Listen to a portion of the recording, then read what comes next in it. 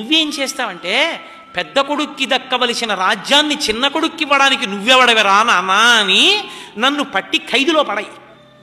నేను ఇచ్చిన మాట ఇచ్చేశానుగా, రాజ్యం నువ్వు తీసేసుకో, నన్ను కారాగారంలో పెట్టు. నువ్వు కారాగారం ముందు నుంచి తిరుగుతుండు, నేను నిన్ను చూసుకుంటూ బతికేస్తాను రామా. నువ్వు వెళ్ళిపోతే చచ్చిపోతాను, ఉండలేను, అందుకని నన్ను కారాగారంలో పెట్టేయి అన్నాడు. రాముడు కేవలం పితృవాక్య పరిపాలకుడైతే ఇది కూడా చేయొచ్చు. మా నాన్నగారు అడిగారండి, చేశానండి అనొచ్చు. కానీ అహం రాఘవ కైకయ్య వరదానేన మోహిత స్పష్టంగా చెప్పాడు.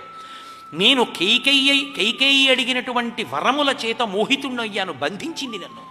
కాబట్టి నువ్వు నన్ను బంధనంలో పడేసి నువ్వు రాజ్యాన్ని నిలుకో అన్నాడు.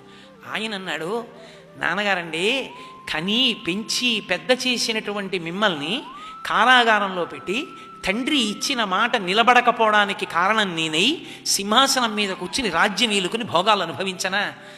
ఎన్నాళ్లలో వస్తుంది నాన్నగారు? 14 ఏళ్ళు. మీరు ఎప్పటికీ చక్రవర్తిగా అలాగే ఉండాలి. మీరు చక్కగా సింహాసనం మీద కూర్చొని పరిపాలన చేయండి. మా నాన్నగారు ఇచ్చిన మాట సత్యమయ్యేటట్టుగా ప్రవర్తించిన కొడుకని నా ధర్మాన్ని నేను నిర్వర్తిస్తాను. 14 ఏళ్ళు అరణ్యవాసం తిరిగి వచ్చి మీ పాదాలకు నమస్కరిస్తాను. నాన్నగారండి నన్ను మన్నించండి, నేను అటువంటి పని చెయ్యనన్నాడు. అది రాముడంటే.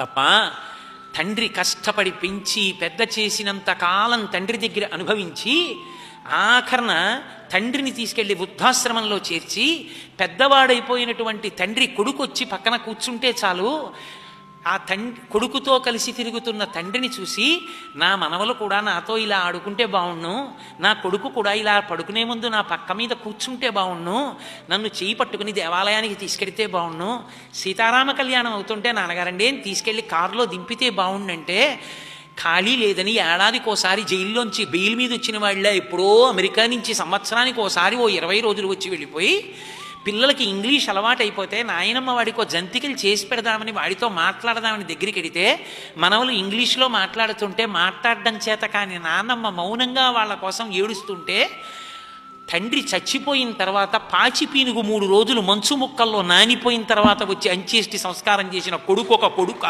వాడి సంపాదన ఒక సంపాదన. తండ్రి పక్కన కూర్చున్నవాడు తండ్రిని సంతోషపెట్టినవాడు కొడుకు.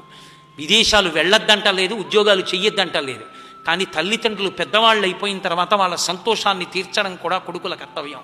కొడుకు లాంటి వాళ్ళు చాలామంది ఉండొచ్చు, కూతురు లాంటి వాళ్ళు చాలామంది ఉండొచ్చు, కానీ కన్న కడుపున పుట్టిన కొడుకి వాడికి ఆ కర్తవ్యం లేనప్పుడు వాడికన్నా ఇంట పెరుగుతున్న పెంపుడు కుక్క మీద.